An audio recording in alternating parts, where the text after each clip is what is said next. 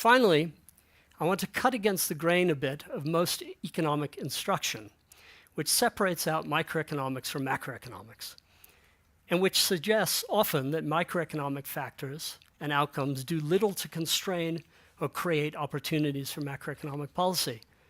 In the real world, this is unhelpful in some very critical respects, not least in how it affects how we think about the macroeconomic policy environment. As I noted earlier, there isn't much data to support the accusation often made that the fiscal authorities are pursuing austerity. Since the GFC, our budget deficit has on average been around 4.5% of GDP and is forecast to remain at 4% over the next 3 years. In my footnotes, I can give you the public debt numbers, but I think you probably all know them.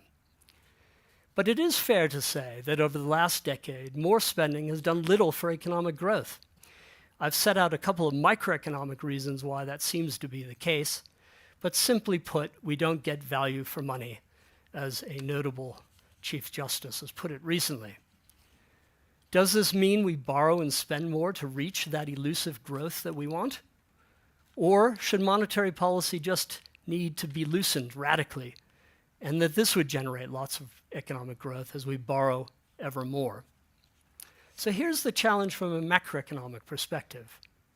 When our consumption exceeds savings, we run a current account deficit. If growth fails to increase, and keep in mind that capital assets account for 5% of government spending, then we get more portfolio flows that encourage more consumption, rather than the direct investment that encourages productive capacity. As a result, our debt rises and costs more. Our sovereign risk increases, both raising the long-term cost of borrowing and depreciating the exchange rate. This fails, however, to balance the current account deficit, because inflation rises and in turn reverses any of the temporary real exchange rate gain we might have had, and because spending never falls. So this is a vicious circle, and one that cannot be made better with more expansionary macroeconomic policy settings. Bringing the macro and micro together, we can think in terms of basic aggregate supply and demand curves.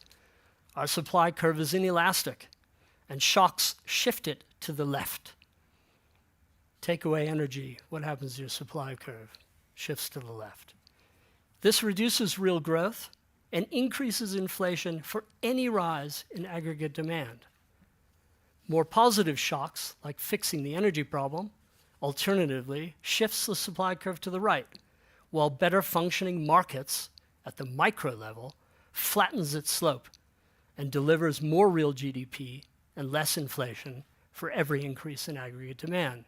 So the key here is to get to the reforms, structural primarily, certainly investment-driven, that help move that supply curve. Spending can help in that goal, but it has to be much more effective and targeted and benchmarked more widely against best practice in the rest of the world. These ideas are hardly new.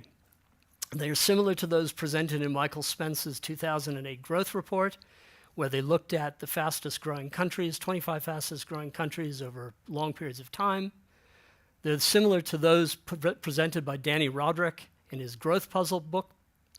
And they're very similar to the lots of work that Ricardo Hausmann has done, especially his Growth through Inclusion report, and the list goes on. But far too often in our corner of the world, we ignore the microeconomics and settle on demands for more spending or cutting interest rates as quickly as possible, despite the abundant evidence that these don't work very well.